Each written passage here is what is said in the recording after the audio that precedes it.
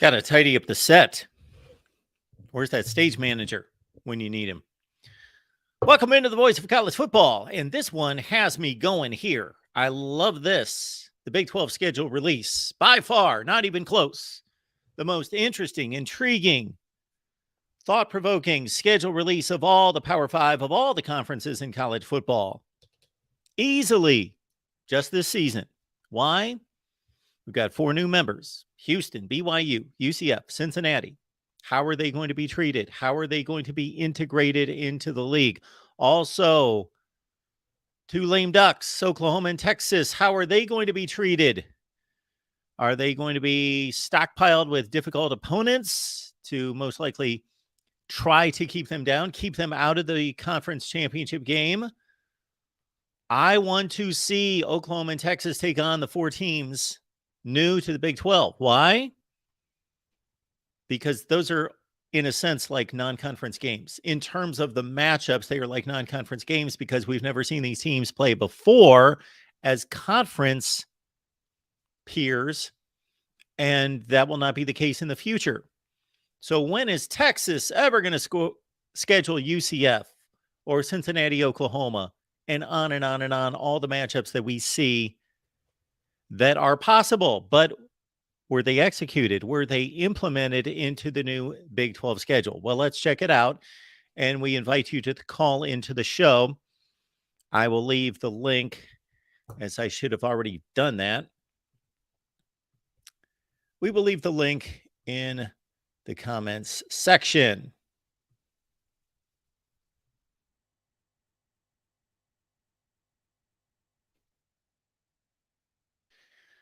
I'd like to remind everyone to please use the Amazon link that we provide when you shop on Amazon. It helps grow the channel. It helps us survive and thrive. We just don't want to survive, because if survival is the goal, then we won't be around long. We're not going to do that. So we are going to prosper and succeed here at the Voice of College Football, or else. So please use the Amazon link in the description section of all the videos here at the Voice of College Football. You can grab the Amazon link. Amazon is in caps. Grab the link. Please use it. There's no reason why not to use the Amazon link, because if you shop on Amazon, which about half of America does every month, think about that. Half of America shops on Amazon every month. Like 160 million Americans shop on Amazon. So half of you shop on Amazon every month. And if you use the link, it doesn't in any way take any money away from you. Doesn't cost you a penny. Same shopping experience. Please use the Amazon link that we provide in the description section. And check out the recent content that we have. We talked about Alabama's decisions. Nick Saban, of course, looking for an offensive and defensive coordinator. And so check out that video with Stephen M. Smith of Touchdown Alabama. Patreon, Discord. Sign up on Patreon. Join our Discord, as J Love T did just yesterday. J Love T joined us on Discord just yesterday. Just signed up. So we appreciate J Love T. And GBD, I see it there. I want to run through the schedules first. However, so let's get to the Big 12 schedules.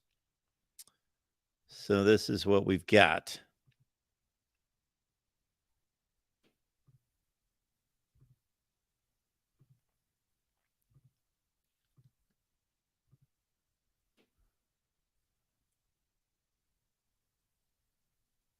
Baylor. So we already knew the non-conference games, but I am going to say, as I did last night, that I'm very impressed with Baylor. They're playing with the big boys finally. They've decided to actually join the Power Five and play some difficult non-conference games. So it's Utah for Baylor. Okay, that's the big non-conference game, of course, at home on September 9th.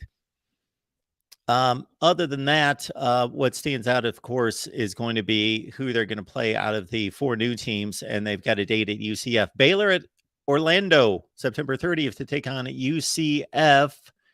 And then we also have a date at Cincinnati. Okay. And we've got Houston, and we've got, they play 3 of the 4 newcomers to the Big 12 Conference. And it's a 9-game conference schedule, and Baylor goes on the road 4 times. So they've got 5 at home, 4 on the road. So that's in their favor. And again, trips to Orlando and Cincinnati. And I got to think that the Big 12 is really going to capitalize on having Houston play its Texas contingent. They want to reestablish those old Southwest Conference rivalries. And this is one of them, Baylor and Houston. Okay, on to BYU. They go to Arkansas. They took on the Hogs this past season. They got blasted by Arkansas. And again, we already knew the non-conference slate. BYU opens its first ever Big 12 schedule at Kansas. They've got Cincinnati, of course, the 2 newbies in the league, TCU, Texas Tech. Again, I would have to really analyze this and review them to figure out who does every team miss. So we're not going to dissect it to that degree because it would take me forever to sit here and figure out who BYU does not play, because that's going to determine basically you can determine the strength of schedule by looking at who everyone does not play. Who do they not play? Well, we can do that exercise for BYU. They do not play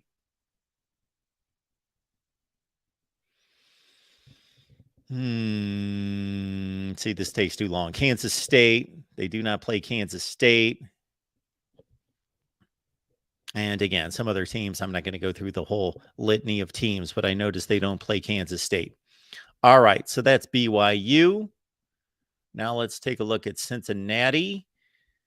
I love Cincinnati's non-conference game at Pitt, but again, we already knew about that. So let's go to the Big 12 side of things.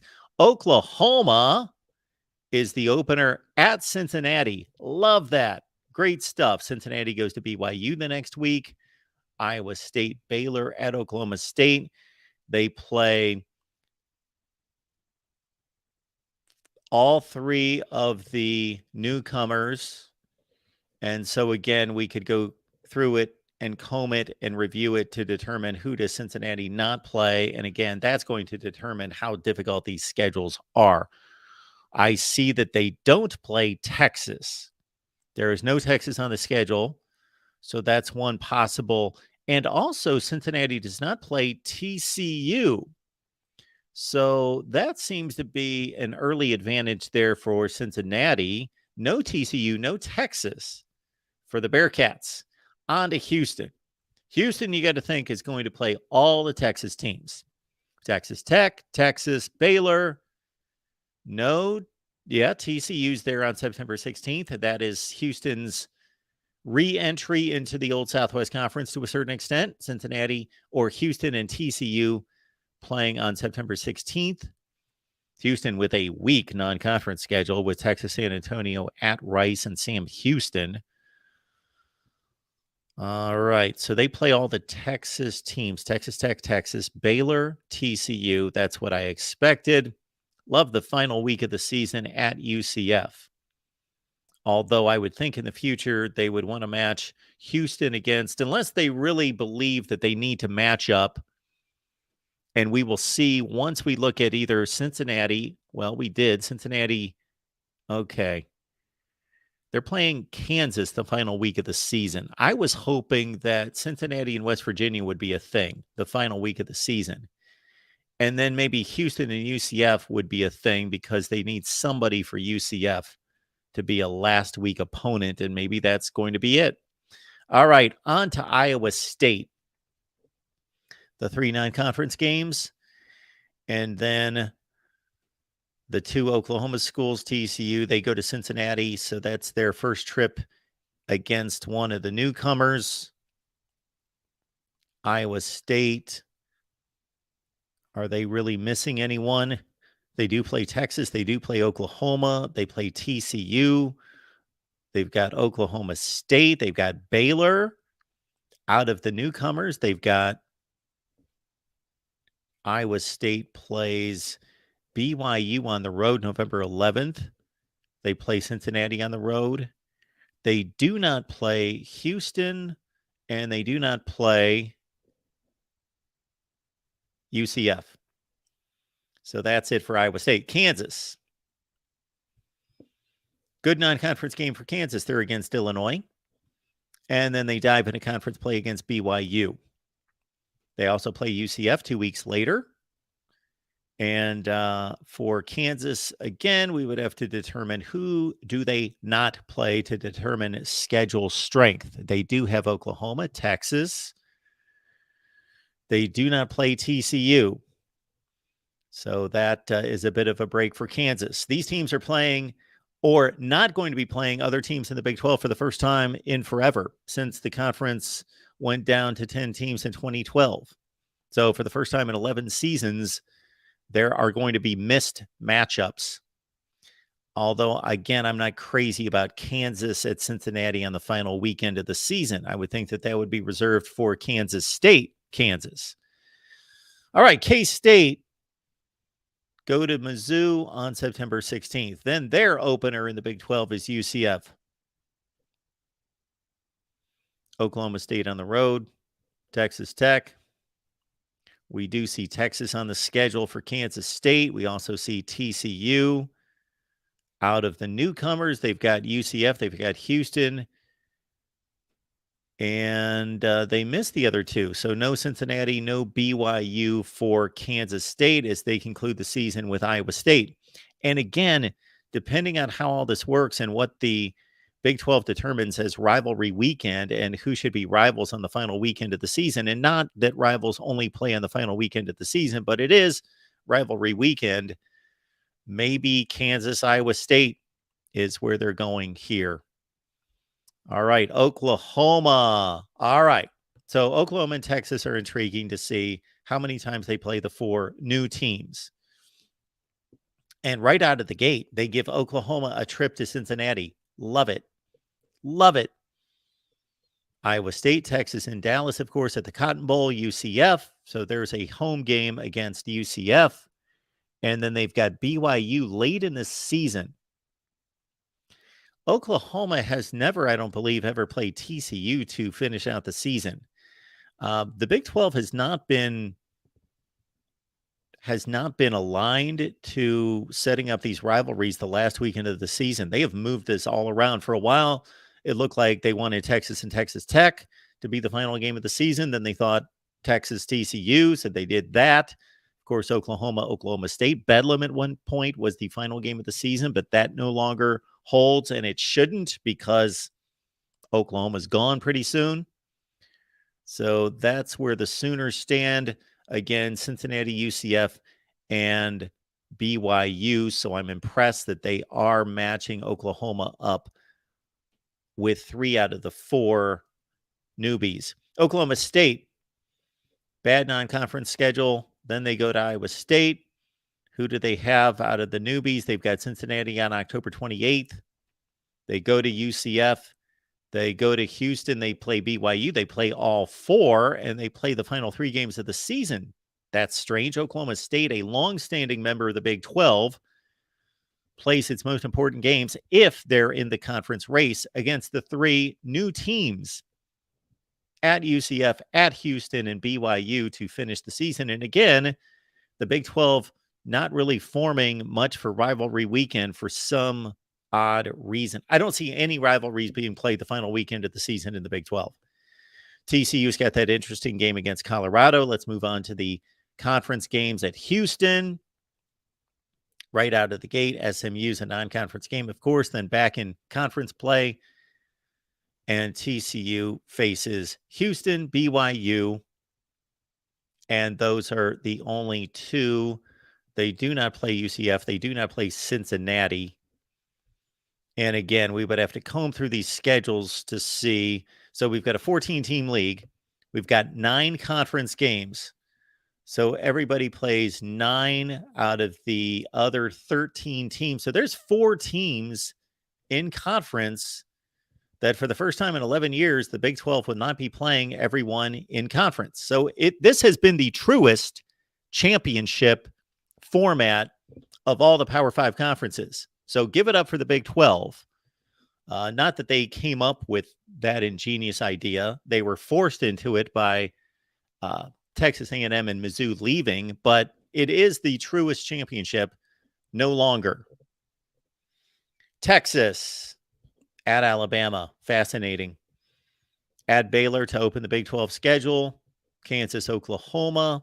So who do they play incoming? At Houston. Texas at Houston has to be played. Good to see that. BYU, who trampled Texas about 6 to 7 years ago in back-to-back seasons. Those are the only two new teams that Texas plays. There was no UCF. There was no Cincinnati. And they conclude the season against Texas Tech. That would be the only thing close to a rivalry that we've got on the final weekend of the season, it would appear. I like this Texas Tech game against Oregon, but we're focused on the conference season because that's already been announced. But again, Texas Tech at home against Oregon in week 2. Rarely does Texas Tech get a big-time opponent to come to Lubbock outside the conference, but they do so in 2023 here.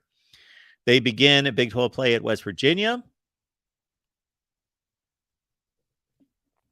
And Texas Tech faces Houston. What's interesting there is even though Houston has not been a member of the Big 12, Texas Tech and Houston have played fairly frequently as non-conference opponents. Texas Tech has a date at BYU. And so members of the Big 12 outside of Baylor who went to BYU this past season and won in overtime are going to get that look at going to Provo, maybe late in the season for some of them, of course, in November. And that's always an interesting trip in regards to weather at Provo. And Texas Tech finishes with UCF at home and at Texas. All right. On to UCF. Love the date against Boise State on the road. Otherwise, UCF makes history as they open the season. Their Big 12, their inaugural Big 12 schedule at Kansas State. They also have Oklahoma on the road. Let's see who comes to Orlando. Baylor, West Virginia, Oklahoma State, and Houston. So Cincinnati, Houston, there is no BYU on the schedule. Cincinnati, Houston, and they play 2 of the other 3. And finally, I believe this is our last schedule to review. West Virginia at Penn State. Love that game. That's an old Eastern Bloc independent game that used to be played every year. That brings back the memories of Darryl Talley and Todd Blackledge and Major Harris and the like. West Virginia at Penn State. Playing Pitt as well. So West Virginia, kudos to you for playing 2 difficult non-conference opponents. Love it. 1 at home, 1 on the road.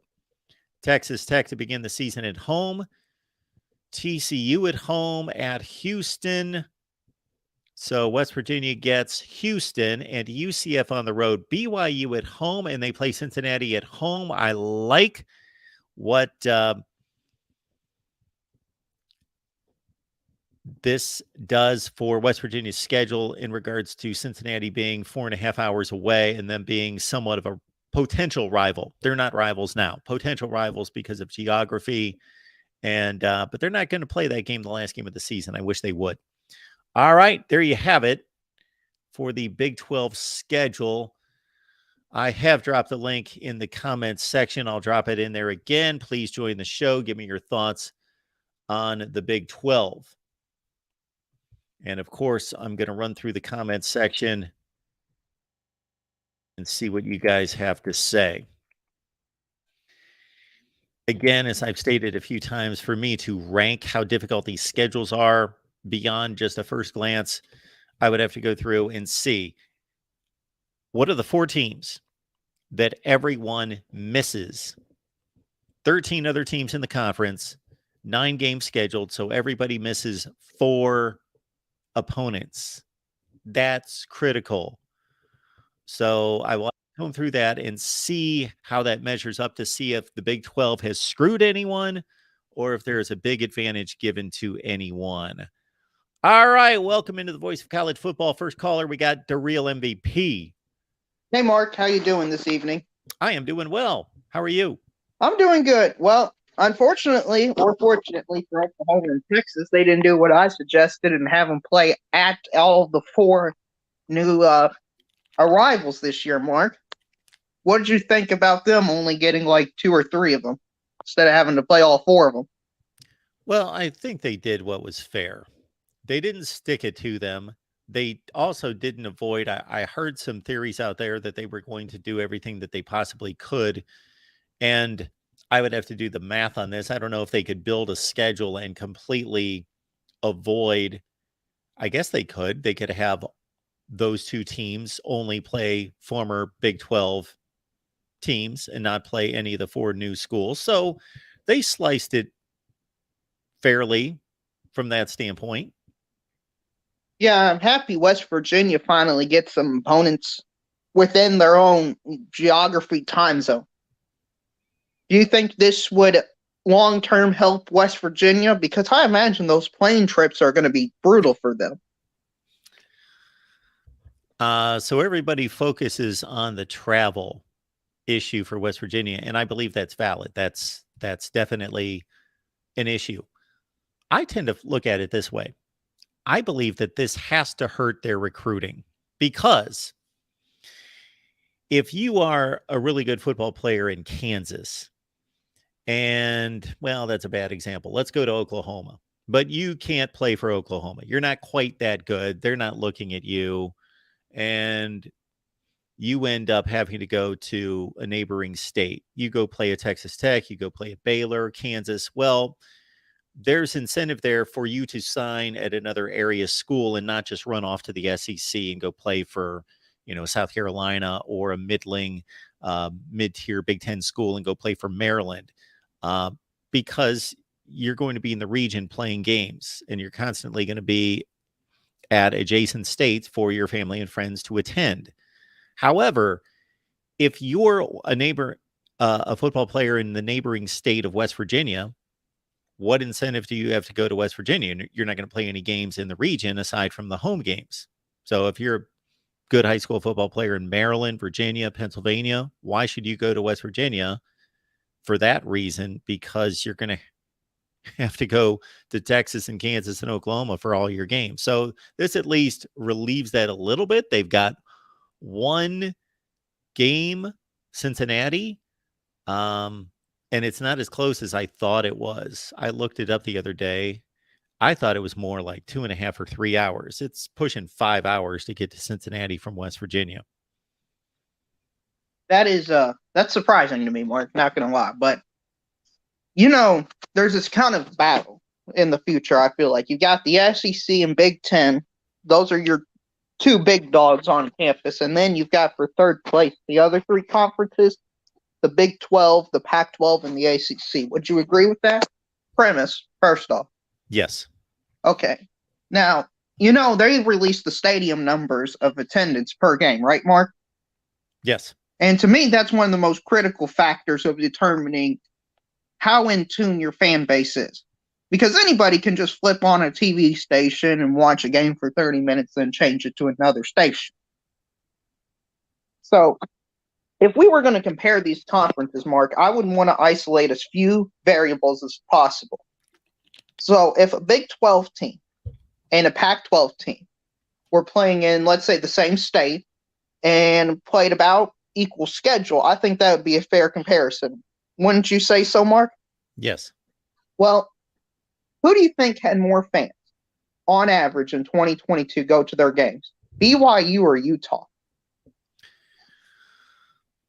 Well, I would first want to know the capacity of the stadiums because maybe somebody's got an advantage there. So the percentage of capacity filled would be the number I would want to see. But off the top of my head, I don't know that either stadium's that large. I think they're both in the 50 to 60,000 range. If you had to take a guess, though, what would you think? Well, since you're serving this up as a exercise, I'm going to say BYU. You're right. BYU had an average of 59,000, almost 60,000 fans per game. Utah only had 52,000, Mark. But did they fill the stadium? That's my question. What was the percentage of capacity? Because if they only have 52,000 seats, then that's all they can do. Oh, based on just some basic research, Utah's capacity is 63,470. BYU's is also the same number. Well, that's not good. So, but and BYU was a marginal team. They went right. 7-5, and Utah went to the Pac-12 championship game and went to the Rose Bowl. Right. Hmm. And also, you got to figure out how many big teams did BYU play at home. Probably not very many compared to Utah, because Utah is always in the conference race. BYU at a certain point in the season, it was pretty obvious to me that they weren't going to win their conference or anything. Well, because they're independent. So Utah's home schedule last year was Southern Utah, San Diego State, Oregon State, USC, Arizona, Stanford. There you go. Okay. Kevlar's disputing my numbers I found. He says BYU's is 63,000, Utah's is 52,000. So BYU's home schedule last year was Baylor, Wyoming, Utah State, Arkansas, East Carolina, Utah Tech. People showed up to watch those games. Wow. Yeah, what does that say, Mark? It says that BYU is either charging a hell of a lot less per ticket or they're more popular than Utah. That surprises me. Yeah, I was disputing in the comments just for consistency's sake and accuracy's sakes. Apparently, Utah's capacity is 52,000 and BYU's capacity is 63,000. So basically, Utah is selling out all of its games. If those numbers are accurate. And BYU is getting 95% capacity. Yeah. Okay. Well, with that schedule, that's kind of amazing. You pointed out. Yeah, the schedule sucks for BYU. Right. They played Baylor, Arkansas. Yeah, Baylor and Arkansas were the only draws. Okay, and you know what? Something else is interesting, Mark, at these numbers. Texas and Oklahoma and USC and UCLA are kind of similar teams, based on my perception of them. But according to the stadium attendance number, the SEC is going to get far more fans. Yes. Than the Big Ten. Texas, okay, had an average of 100,000 people show up about per game. USC had 64,000. Yep. I couldn't imagine it be that big of a gap. Like, I knew there was some gap, but I didn't think it was that massive. No, that sounds about right. I would have probably guessed very close to that. I mean, they've only got a few thousand more fans than Ole Miss and Kentucky. Like, that just is surprising to me. And this was the season that they brought in Lincoln Riley and they went to the Pac-12 championship game. But I would expect that USC and UCLA's numbers are going to skyrocket. Not every game in against Big Ten teams are going to be, Illinois is going to go out there and Rutgers is going to go out there, but it's going to be pretty amped up to see Penn State and Ohio State and Michigan and Wisconsin roll in versus the typical Arizona State, Arizona, Stanford, Cal games. Right, but what you're saying is kind of already taking place.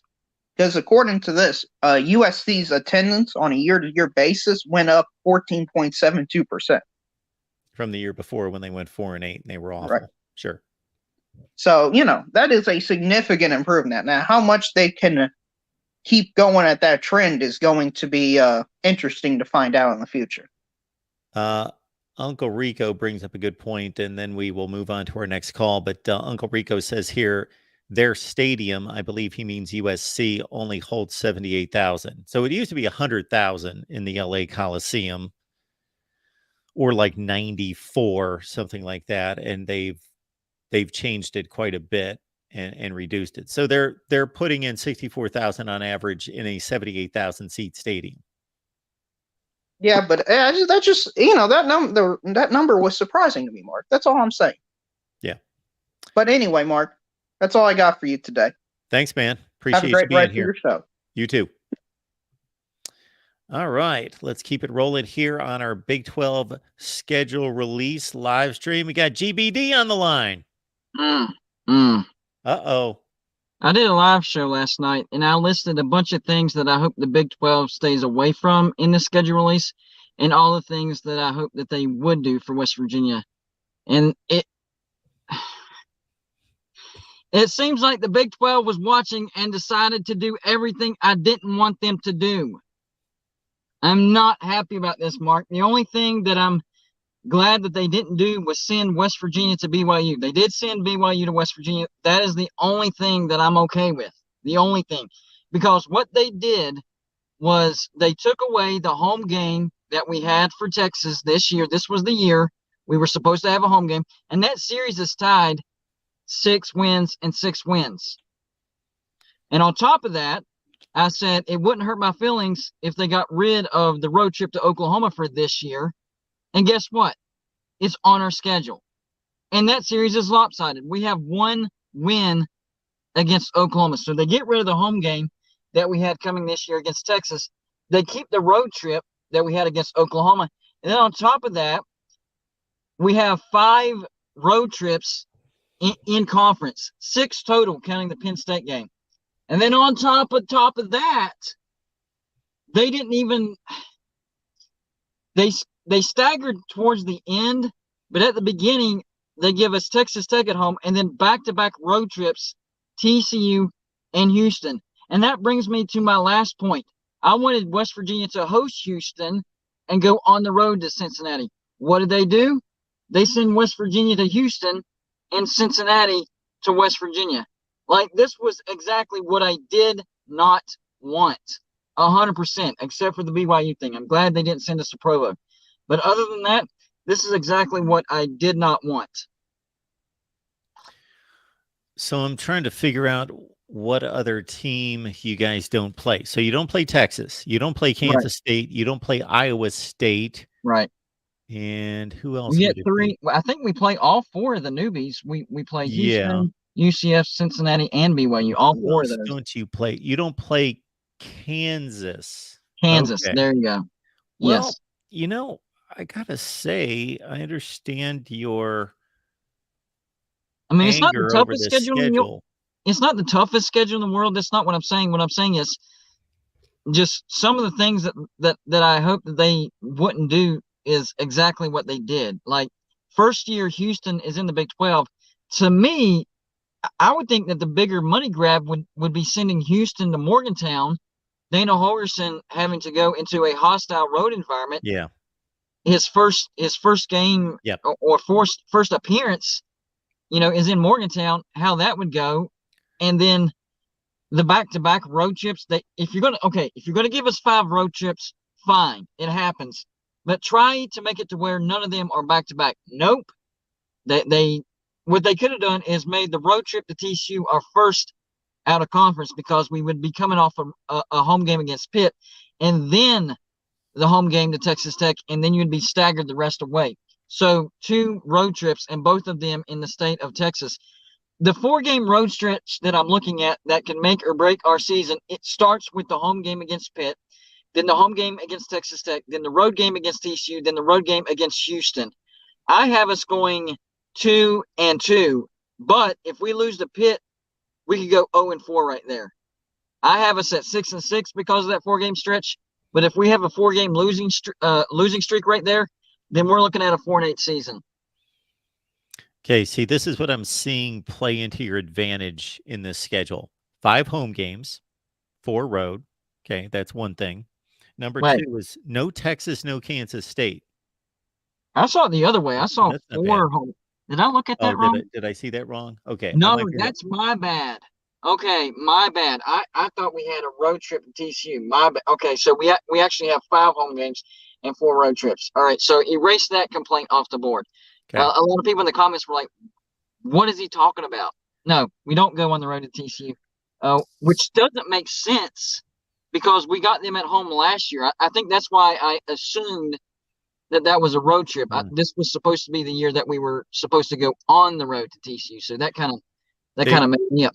I got to they redo my probably video had to because of that they now. probably had to somewhat reshuffle all that home back and forth. They probably had to kind of start over with some of those. They probably couldn't accommodate all, Right. keeping with the home away, home away, home away. So something that you and I talked about the other night on the West Virginia show, and everybody, by the way, catches GBD and myself every week talking West Virginia football live. That makes total sense is what you outlined about Dana Holgerson coming to Morgantown. You are the Big 12. You are fill in the blank, the third, the fourth, fifth best conference. But more importantly, when it comes to scheduling, the third, fourth, or fifth most paid attention to conference. You want to create excitement, and you have these 4 new schools coming to create excitement, new matchups. Great. They did a decent job of placing most of those teams before I've really dissected with a fine-tooth comb. But GBD and I were talking about this the other night. Create interesting storylines that college football fans are going to be interested in. Sure, West Virginia and Houston getting together is a storyline, but you have to have Dana Holgerson coming to Morgantown. And the luster is going to be taken off of that a year later. Yes. Yeah, that was a missed opportunity by the Big 12. Absolutely. Big time. And taking away the home game against Texas, but keeping the road game against Oklahoma, I think that was a missed opportunity as well because West Virginia and Texas actually have a healthy rivalry in the Big 12. The series is tied 6 wins and 6 wins for each team. So I think that was a big time blown opportunity as well. This would have been the comeback, game for West Virginia home against Texas. So I'm just some of this doesn't make sense to me, but I'm glad you pointed that out because I was thinking we had 5 road trips in the Big 12, but I guess they had to make TCU come back to Morgantown this year, so we only have 4. So I'm a little less mad now. I am a little less mad. This is what I don't understand as well, and I don't know if you heard me state this a few minutes ago, is that the Big Ten and the SEC are big on rivalry weekend. They match up all their teams against their main rival. The ACC is kind of hit or miss. Some of them, yes. Some of them, they got kind of oddball games. They really can't match everyone up. The Pac-12 is pretty consistent with that as well. Arizona, Arizona State, USC, UCLA, etc. With the ACC, you got to remember that a lot of those teams play their rival out of conference SEC. So a lot of that is good. But in conference, I mean, I guess Virginia Tech, NC State, North Carolina. So I think for the most part, the ACC does well, but those outliers kind of throw it off. Yeah, there's a few that are kind of outliers that they can't accommodate, but they do a generally good job, and they're focused on that as well. For some reason, the Big 12 it's just like they threw paint at the wall. Yeah, very inconsistent. Like they didn't accommodate. The only thing close that I can find is Texas and Texas Tech. They don't have anybody playing that's a rival on the last weekend. It doesn't make sense. Now people are realizing the problem with the Big 12. Big time missed opportunities as far as everybody else is playing rivalry week, and then the Big 12 is just playing another regular Big 12 game. I don't understand the leadership at the top of the Big 12 not realizing what we're talking about. To me, this would be a no-brainer. Try to have – I know that might make scheduling a little bit more difficult, but only a little bit more difficult for the first year or two trying it. After the first year or two, then you have it locked in, and you can schedule around it. That's it. So it just – I mean, we're seeing the problem with the Big 12 as far as, why it's so low in the pecking order, not taking advantage of some great chances. And this was a one-time chance for the Big 12 to put Houston against West Virginia in Morgantown. One-time chance. Now, they'll be able to do that in the future, but they've already played, and Dana Horson's already faced his old team. You had one shot, Big 12, and you blew it. And I would have had no issue with the Big 12 saying, you know what, Oklahoma, Texas, screw you. We're not interested in you. We gave you a fair schedule. We're going to do that, but we're not going to even really consider you as part of the league going forward because you're not going to be here. So we're going to try to envision what we want this league to look like in terms of rivalries going forward and establish those. And wherever Oklahoma and Texas need to play the last weekend, they're going to play. But, so Oklahoma State, obviously, they lose their rival. They lose Bedlam. So figure out, okay, who's that next opponent for Oklahoma State? But for everyone else, again, Right. You have to pair think for Houston with everybody. somebody, pair those Texas teams against each other, pair West Virginia and Cincinnati.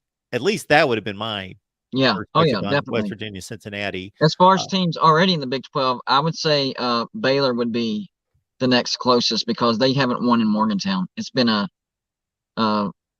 pretty good series. So if you want to think outside of the new four teams, I would say Baylor, but definitely Cincinnati above because of geography. The Big 12 has to be more consistent. That's basically what we're saying. They call it rivalry week, but it's like the Big 12 doesn't realize that. Rivalry week? What is that? It's rivalry week. You pit everybody's rivals against each other. It's simple. Like everybody else gets it, but the Big 12 doesn't. I don't understand it, Mark. I really don't. Yeah, they gave no thought to that. That was completely off their radar. Yep. You would have 100%. thought just by coincidence they would have probably scheduled a few. Well, that's why a lot of people, this was like 2 years ago or something like that, when West Virginia was playing Oklahoma State at the end of the year fairly often. We were arguing about the schedule. I was arguing with somebody about the schedule on air. They're like, no, West Virginia always plays Oklahoma State at the end of the year. I'm like, no, it was Oklahoma and Oklahoma State. Excuse me, Bedlam, excuse me. And they thought because that was a rivalry game, that game was played at the end of the year. I'm like, I'm telling you, it's not. Well, that doesn't make sense. They're rivals. You're wrong going to Blue. I'm like, number one, you're right. It doesn't make sense. But number two, I'm not wrong. They don't play at the end of the year every year. Zone 6, I don't know if he's being serious here, says the Big 12 does rivalry week the week before is why. When is the Red River rivalry played? Well, that's in October, of course. Yeah. And then Bedlam is shuffled around. So the week before, UCF and Texas Tech and Texas and Iowa State? No. It just so happened West Virginia played Cincinnati in the next to the last week, and that gave the impression that that could be the case when it's not. Oklahoma, BYU? Nope. Okay. Kansas State, okay. But, yeah, I'm not buying that. No. There's no consistency whatsoever. There's not. That's the bottom line. I have been waiting for the schedule release. I did think that it was going to be the most interesting. You know what? Just to give everybody some inside information on my channel. So I'm literally going to have to redo the video that I just did because I was wrong about going on the road to TCU. So yes, I got to redo an entire video. That video will never exist now because it was complete. And I was mad about something that wasn't there. So I have to redo a video now. But I'm glad, before I complain, I'm not really complaining about it because I'm glad that I came on this show, because had I not, and I would have released that video, holy crap. Not good. Well, you get to double your views this way. There you go. There you go. I guess my brain just automatically, I saw TCU and I knew we played TCU at home last year. So I guess my brain just automatically said, you're playing on the road this year. I'm guessing. That's my only guess. All of us that produce content that has to be specific at times, I've done the same thing at least a dozen times. I post a video and I'm like, oh, I forgot about that. And they definitely let you have it. Yes. Yeah, you suddenly don't know anything about college football just because you forgot something. You're an idiot because you messed up on one thing. Yep. Oh yeah, definitely. Well, Mark, I got to run now. I got some other things I got to do with the kids, but I wanted to jump in there and give my 2 cents. So, not as mad at the Big 12, but I still think there's missed opportunities on the board. West Virginia going to Houston, that was a swing and a miss by the Big 12. Taking away the home game against Texas and keeping the road trip to Oklahoma, that was a swing and a miss. So, few things they messed up on, but not quite as bad as what I thought it was. And honestly, that TCU game being at home, that could affect my prediction, because I think that's a win, because I think TCU takes a significant step backwards. They didn't have People don't realize they did not have a good defense this year. And if you looked at how TCU won this year, it was comeback after comeback after comeback after comeback, close game, close game. Even West Virginia, they were only up by 3 before that touchdown pass in the last 20 seconds to put it away. I don't think they get the bounce of the ball like they did last year. I think the defense is still bad, and they lose a large chunk of that offense that basically won them football games. So before you call me crazy, number one, last year when they had that awesome offense in Morgantown, it took a late touchdown to put that game away, and that's going to be gone. I truly think that that's a winnable game for West Virginia. Well, I don't know that a lot of people got to see it or really chose to see it, but from what I understand, they got killed their last game too. I think I know what you're talking about. I'll Yeah. have to do some research, but I think I know what you're talking about. Basically, they ran out of miracles, is what happened. Yeah, they sure did. All Yeah. right, man. Appreciate you being here. GBD, the one and only. Anytime, man. Great show as usual. Thanks, man. All right. Welcome in, everyone, to the Voice of College Football. We are breaking down Big 12 schedules, and I do think it is certainly valid what a number of people are responding to in the chat, saying, hey, the Big 12 is counter-programming to a certain extent. They are not going to go head-to-head with the SEC and the Big 10 and really the entire nation on rivalry week, and they're going to put those rivalry games earlier, maybe the week before, as is noted here by Sorgy Stories and others had noted the week before. You got Kansas State, Cincinnati, West Virginia, and Baylor, TCU as rivalry games the weekend before. Believe that's a bit of a cop-out to a certain extent. Cole Varks is letting us know it's a mistake on the website. I wonder if he's talking about that West Virginia TCU game. Do we need to check that out? Is that an issue here, possibly? We don't want, we do not want GBD reshooting his video if he doesn't have to. So I'll have to find him on that one. So that was West Virginia TCU. Let's look at this. Okay. They are at home against TCU. Okay. And I don't know, Cole Varks, if you were talking about that, but I just thought I would address that just in case. Joel, the TCU quarterback Max Duggan, is not returning.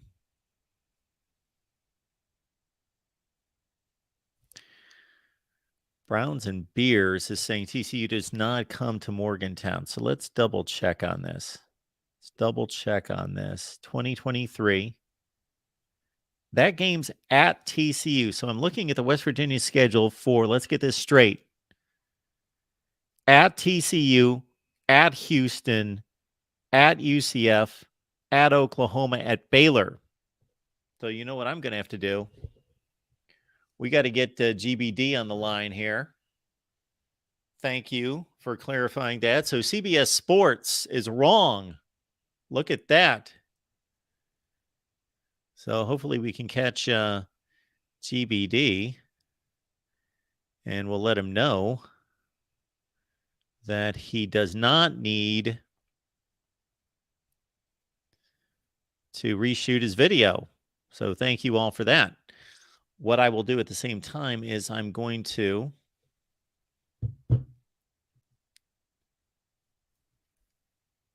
drop the link in the live chat, and please join the show. Let us know what you think about the new Big 12 schedule or anything, of course, in college football. We've got two more shows this afternoon. We've got the Iowa show coming up at 5:30 Eastern, 4:30 Central.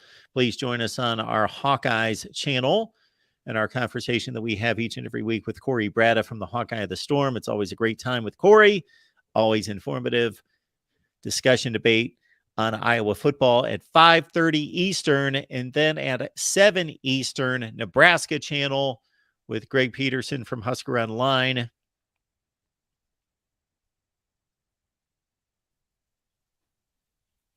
And so we've got two more live streams today on the Voice of College Football. GBD, do not reshoot that video. CBS Sports was wrong.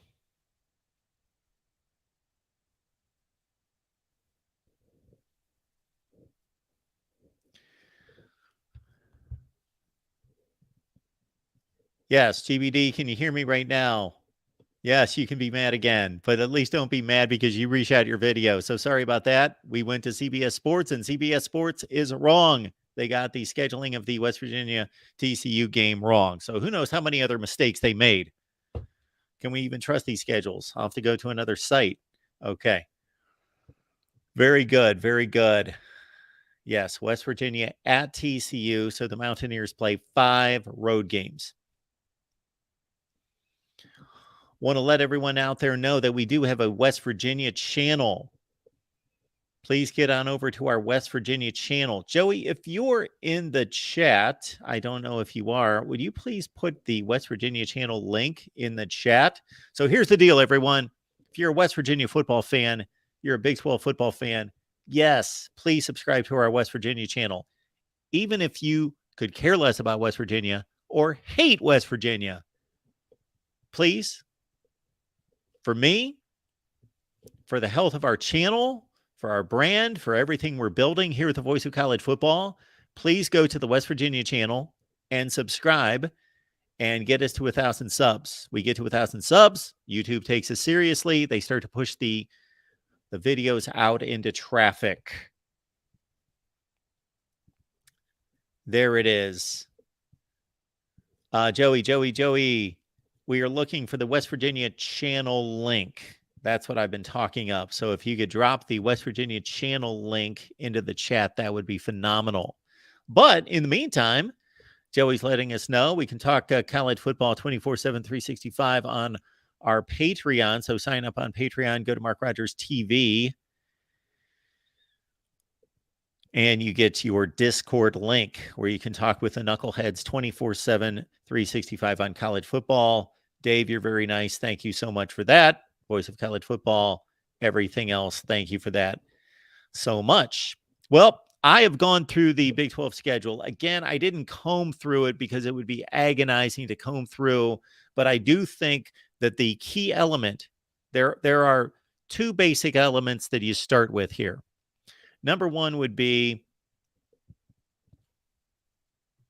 how many home versus road games do you play? So for all these conferences, the one thing that you can knock the 9-game schedule for is that there obviously has to be a decision by the conference each and every year where you give half the teams 5 games at home and half the teams 4 games. And of course, you switch it every year. So it ultimately is balanced, but each season it's somewhat unfair.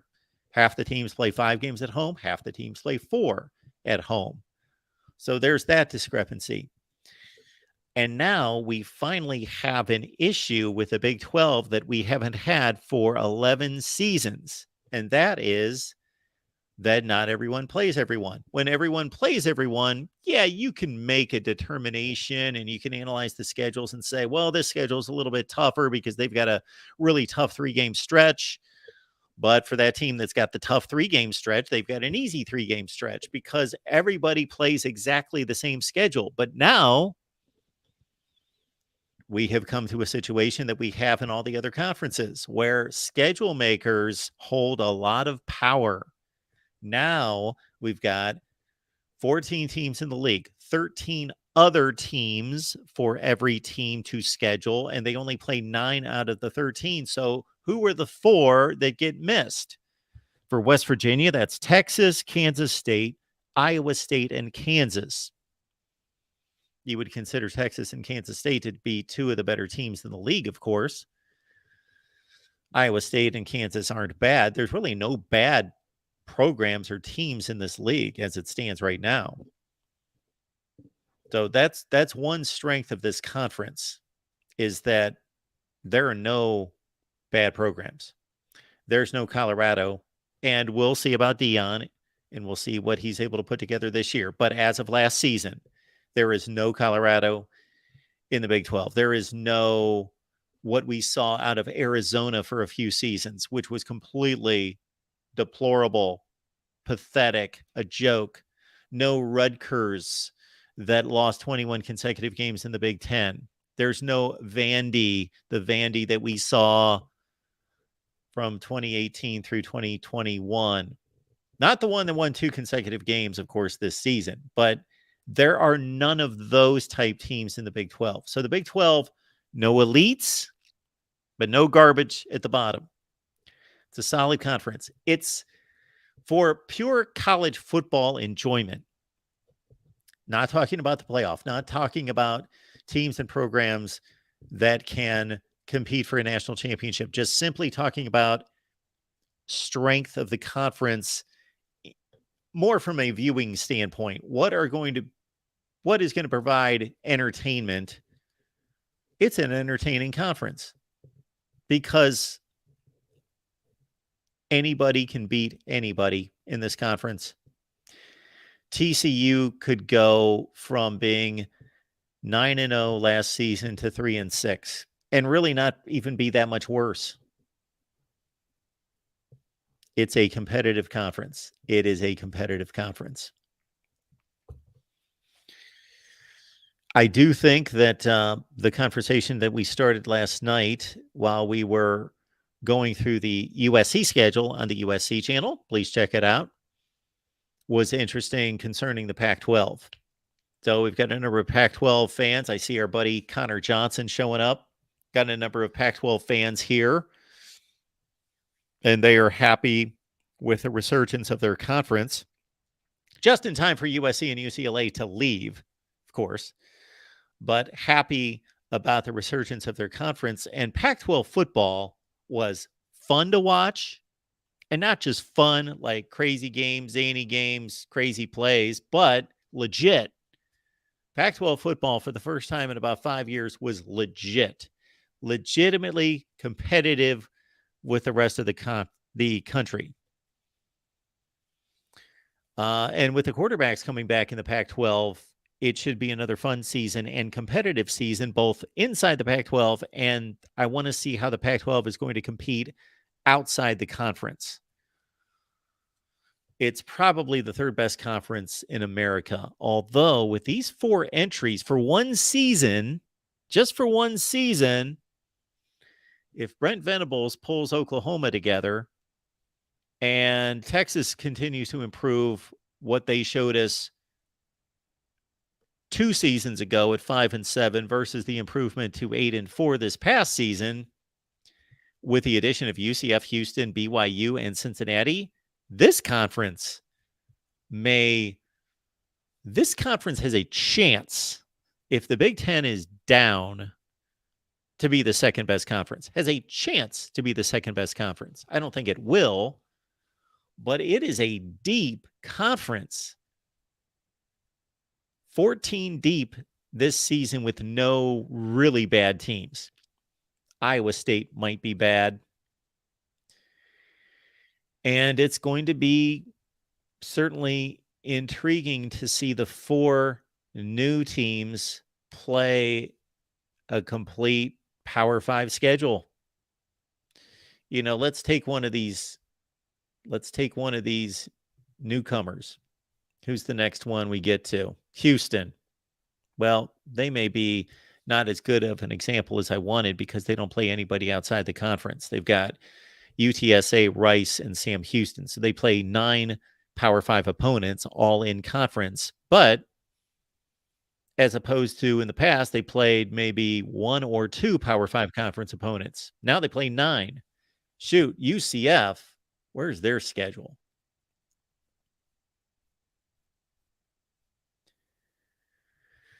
Okay, they're not playing any Power 5 opponents.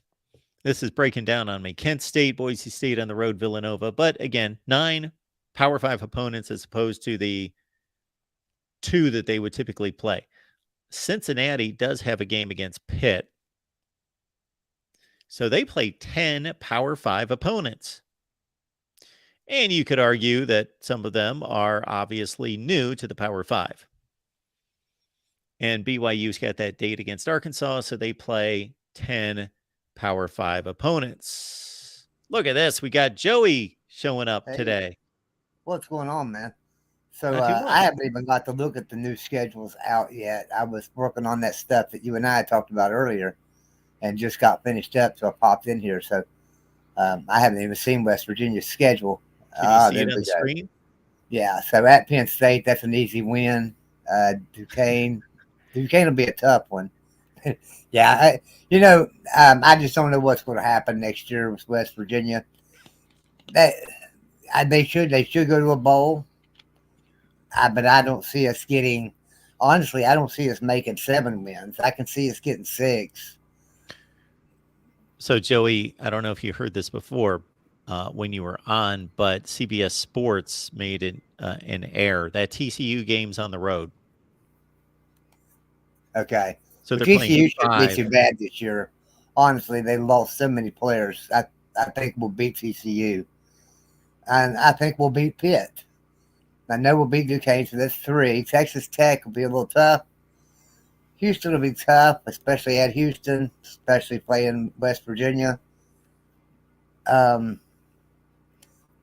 can find 6 victories out here. I mean, don't know where they're at. UCF and maybe Cincinnati, maybe Baylor. I don't see 7 victories. I can see 6 though. I just don't know. Unless Neil Brown surprises us all, and that's a possibility. And I did hear you right, Joey, that after the Pitt game, you were counting West Virginia at 3-0. No, they'll lose to Penn State. Okay. I think they'll beat Duquesne, of course. Pitt, I think they'll beat Pitt, and I think they'll lose to Texas Tech and beat TCU. This conference is full of 50-50 games and, 60-40 type games, more so than any other conference. Oh, it always is. Every year, it always is. And now you got 4 other even teams when Oklahoma, that are like even that, when though. Oklahoma is good, right? Even when Oklahoma is really good and a dominant team, a lot of their games in the conference are still 50-50. Like, for instance, if they have to travel to Morgantown, that's always a 50-50 game for Oklahoma. Even though they generally win, I mean, we've only beat them once. It's really a close game, like one of them 58-56 games or 49-48 games or something. I think that but Oklahoma State's always a 50-50 game for West Virginia. So is Texas Tech, TCU. TCU this past year was a 50-50 game as far as the way the game was played. We should have beat TCU. So, I'm not saying that West Virginia's that Neil Brown can't coach. I think he's a great coach, like I've always said, Sunday through Friday, and just can't coach on Saturday. He's a decent recruiter. He's not very good at keeping his athletes, though. They always transfer. We lose a lot of players to transfer portal every year. So, and this year was no exception. Well, whether it's Ren Baker or whomever wants to get a hold of Neil Brown, and if they truly believe that he's a good builder of the program and runs a really good program other than game day, then you have a heart-to-heart with him and let him know that you believe in him, but he needs some help on Saturday. Now, SEC Dog says in the chat, West Virginia 2-10 and Neil Brown fired possibly before the end of the season. That wouldn't surprise me at all either. I mean, I think if they come out and they lose to Penn State, beat Duquesne, lose to Pitt, lose to Texas Tech, that's it. He's fired. If we start the season 1-3, he's fired. That's a tough start to the season. It is a tough start to the season. There's 3 losable games out in the top 4. Very losable games. If he loses those 3 games, I think he's fired. And we have a new coach when we face TCU. I don't know if you were listening when GBD was on, but we both wanted to see Houston have to go to Morgantown. Yeah, I think everybody wanted to see that, and probably why they scheduled it at Houston. I don't know why. I don't know why they do that, but still, I guess we can go to Houston and kick their butt. It doesn't make a difference. I think the 4 teams that are coming in: Houston, UCF, Cincinnati, and BYU. I think BYU will be okay of the 4 because of the schedule they normally play. Yep. But I think the other 3 will have a tough time getting their footing in a Power 5. It's just a step up. And I agree. I think they'll do fine. I don't think they're going to embarrass themselves, but yeah, I don't think they're going to compete at the top. No, I don't think they'll embarrass themselves, but I think that they'll lose games they're not used to losing. UCF's not, or Oklahoma's not used to lose, or not Oklahoma. Cincinnati is not used to losing 4 or 5 games. They'll lose 4 or 5 games their first couple of years in the Big 12. Yeah. And same thing with Houston. They're going to lose 4 or 5 games their first year in the Big 12. So and especially with Cincinnati with Scott Satterfield, who I'm not necessarily sold on as a head coach. True. Very true. Versus Luke Fickell. If Luke Fickell was coming into this league, be a little bit different of a story. And then I've always said Dana Holgerson's not a great coach. And so, I think he kind of proved that last year at Houston. Should have had a lot better record than he had at Houston last year. He did that same thing at West Virginia. Everybody remembers 2018. We had a team that should have been in the playoffs in 2018, and we struggled to win 8 games. So I might be mixing up years. Is that the season of the 58-56 loss to Oklahoma? Yes. Yeah, the crazy game, or 59-56, whatever it was. There was a strip sack at midfield. Otherwise, West Virginia probably wins the game. Yeah, West Virginia was ahead by 2 touchdowns at one time in that game. Late in the third quarter, we were ahead by 2 touchdowns, and they got a strip sack, scoop score, and then I think it was an interception that returned for a touchdown. It seems like, and caught up with us. It was a good game, but still, we lost it. But now, do you agree when I said that BYU won't have as much trouble as the other 3 getting their footing in the Big 12? That's a great question, because I don't have like a definitive, they're the best, they're the second, they're third, and they're last out of those 4 that come into the league. I produced a number of videos when that announcement was made, and I had arguments for all 4 as being the best. And if you look at of course, Cincinnati's the best right now. Right this second, Cincinnati has been the best, but they just lost their coach, who has been the biggest reason why they've been the best group of 5. UCF was 4 or 5 years ago. Houston was 10 years ago.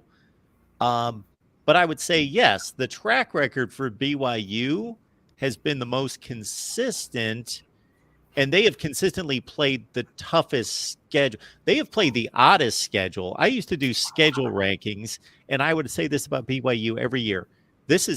I would always open the video and say, this is the oddest schedule in college football, because they always load up against the toughest teams they can find, practically, most of them in the Pac-12, but also in really every conference. They played Arkansas last year out of the SEC. But then you can tell that they have spots in their schedule as an independent when you could tell they couldn't find anyone, because all the conference teams are playing in their own conferences, and they'd play like Wagner and Utah Tech like at odd times during the season. So it was a very disjointed up and down schedule. But yeah, they would play 5 games that were as tough as anybody in the country. Then they'd play like 3 or 4 games against Boise States, those type of schools. And then they would play about 3 games against like absolutely nobody. Right. Yeah. But yeah, they've been the best football playing school out of those four consistently for the last 45 years. Right. I see people all the time, and it's true. Okay, Cincinnati, very good team. Houston, very good team. And they talk about how they dominated their conference, and they're so good. That's not going to matter moving up to a Power 5 level, and it's just a completely different type of football. I'm not saying that it's that much greater, and any group of 5 can beat any Power 5 team on a one-off. If they're just facing them off, when you only have to play 1 or 2 Power 5 teams a year, you're capable of beating those 2. But when you're having to play them week in and week out, I think you get run down. I think the schedule gets heavy on you, and you might start off with a bang and then start suffering after that. And so if we look at Houston here, they got UTSA, Rice, fairly easy, right? Then TCU, that's going to be a tough one for them. Sam Houston, another easy one. Then Texas Tech before they play West Virginia. So coming off of and 2 out of 3 weeks before they play West Virginia, they got to play TCU and Texas Tech. West Virginia's going to be the 3rd Power 5 program. That could be tough for them. Yeah, they should have 3 wins non-conference, but yeah, who don't they play? They don't appear to play Oklahoma, so they do miss Oklahoma. And Right. Again, 4 teams in the conference that they don't play, Oklahoma being one of them. Yeah, All are they right. playing Iowa State? I don't see Iowa State on there either. No Iowa State. No Kansas. No Iowa State, Kansas, Oklahoma. Yeah. All right, so Mark, I'll let somebody else call in. All right, Joey. And thanks. We will Appreciate talk to you being everybody. here. Thanks, All man. right, see you later, man. Have a good day. It's our man, Joey Foster. David Greenshield, appreciate you being here, sir. Hey, Mark, when are you doing the Big Ten schedule? Well, I got to say that the Big Ten schedule release kind of jumped up on me, and I was not prepared for that. So the Big Ten schedule was released whenever that was, 2 or 3 weeks ago, maybe back during the season. I don't even recall. But once we got news of the ACC and the Big 12, I thought, hey, what the heck? Let's analyze this live. Let's look at it live as soon as it's released. So sure, we can do the same thing with the Big 10. We can go through all the schedules and go live and look at the Big 10. Why don't we? I think I've got some incentive to do that. We seem to have a few Big 10 fans around here on the channel. So why don't we do that? Absolutely. All right, everyone. In an hour and 15 minutes, we'll be live on the Iowa channel with Corey Bratta from the Hawkeye of the Storm, slicing up the Hawkeyes. I will give everyone one more shot at jumping on the show if you'd like. Otherwise, we will move it on and get ready for Iowa and Nebraska. Later tonight, the Hawkeyes at 5:30 Eastern and Nebraska at 7 Eastern on those respective channels. In the meantime, we would appreciate if you would shop Amazon using the link in the description section of the videos. You would also consider joining us on Patreon. Just go to MarkRogersTV on Patreon. You go to patreon.com, search MarkRogersTV. And as Joey is letting everyone know, we would love to get our West Virginia channel to 1,000 subs. We have poured ourselves into it. We've done 50 live streams. We're posting content there regularly. We're standing at about 770 subs. We need about 230. Even if you hate West Virginia football, I would ask that you would subscribe if you believe in what we're doing here at the Voice of College Football. And then when we get safely over 1,000 and YouTube says, you know what? We believe in you. We can see that you're here to stay, and we will push your videos out into traffic and help you. Then you can unsubscribe at that point. Our man Exploring with Ben. Haven't had a chance to speak with Ben in quite some time, but he's always around. And we appreciate Ben being here. Exploring with Ben. Join Mark on Patreon. It is $5 a month. Extra perks, Mark's picks, which I know is not going to help you out until September, but the Discord is the big thing this time of year. college football talk 24/7, 365 with all the knuckleheads. And keep in mind that when you join us on Patreon, you can give me all sorts of requests and also recommendations on how to better provide entertainment and college football discussion for all of you. Sports Talk 101, appreciate you being here. Thank you for that. All right, here we go. We are headed off to talk Iowa football at 5:30 Eastern. We will see you all then.